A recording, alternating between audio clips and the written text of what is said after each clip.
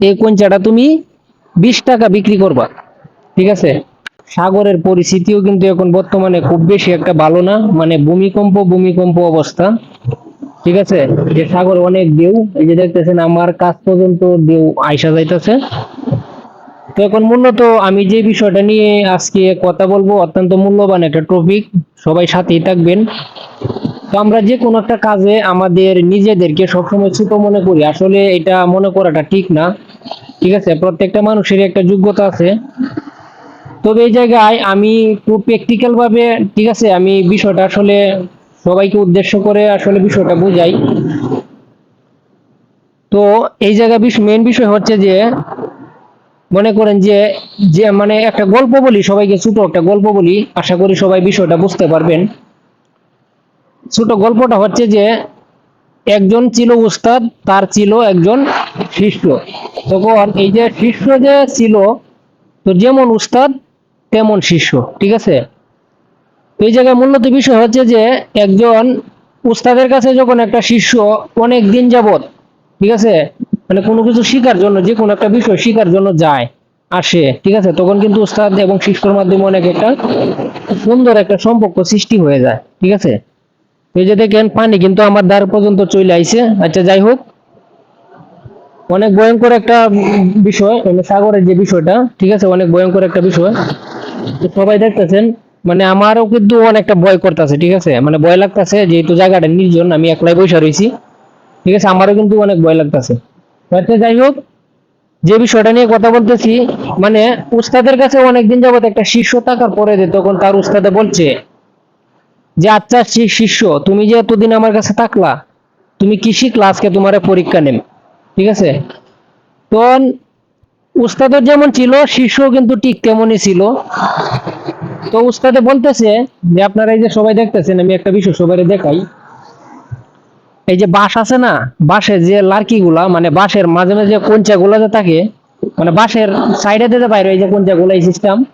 তো একটা বাঁশের কঞ্চা আছে না, এতটুক মুড়া, মানে এতটুক মুড়া একটা কঞ্চা দিছে, বাঁশের একটা কঞ্চা শিষ্যরে দিছে, যে তুমি আমার কাছে এতদিন থাকার পরে কি শিখছো, আজকে তার পরীক্ষা নেম। ঠিক আছে। এতটুকু একটা কঞ্চা দিছে, এতটুকু কঞ্চাটা দিয়া বলতেছে যে এই কঞ্চাটা তুমি 20 টাকা বিক্রি করবা। ঠিক আছে। তো আচ্ছা, একটা বিষয় দেখেন তো, এই যে এই যে এইটা, এই ডালটা, ঠিক আছে, মানে মনে করেন যে, মানে এটা একটা বাঁশ, মানে আমার কাছে এনে তো বাঁশ নাই। তো এই যে একটা গাছের ডাল, তো এরকম মোটা একটা, মানে বাঁশের কঞ্চা।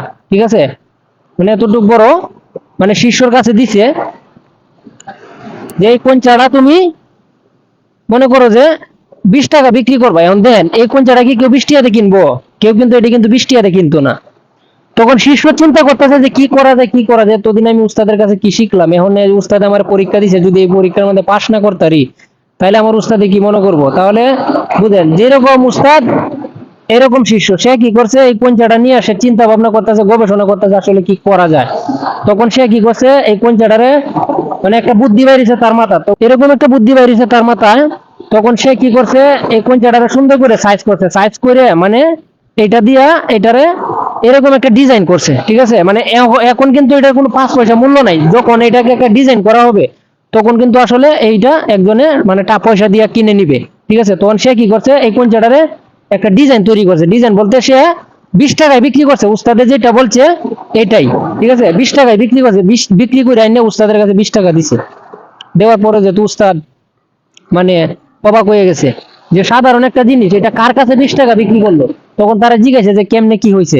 তখন সে বললো যে আমি কোন চাটারে মানে বাঁশি বানাইছি, বাঁশি, মানে যে বাঁশি ওলা যে বাঁশি বাজায় সবাই তো জানেন, মানে এই কোনচাটা দিয়ে সে একটা বাঁশি বানাইছে, বাঁশি বানায় এই বাঁশিটা সে একজন মানুষের কাছে 20 টাকা বিক্রি করে আনিয়ে উস্তাদের কাছে বলছে যে আপনি যেটা আমারে দিছিলেন 5 পয়সা মূল্য ছিল না, আমি কিন্তু এটা 20 টাকা বিক্রি করছি। ঠিক আছে, আসলে দেখেন তার প্রতিভাটা কতটুকু।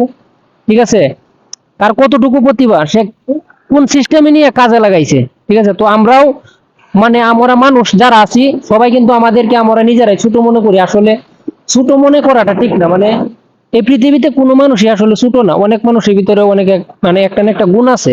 ঠিক আছে।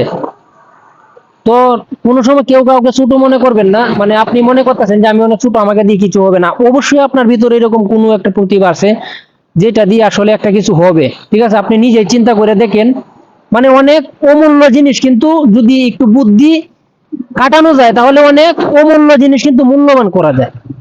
ঠিক আছে, তো আশা করি সবাই বিষয়টা বুঝতে পারছেন।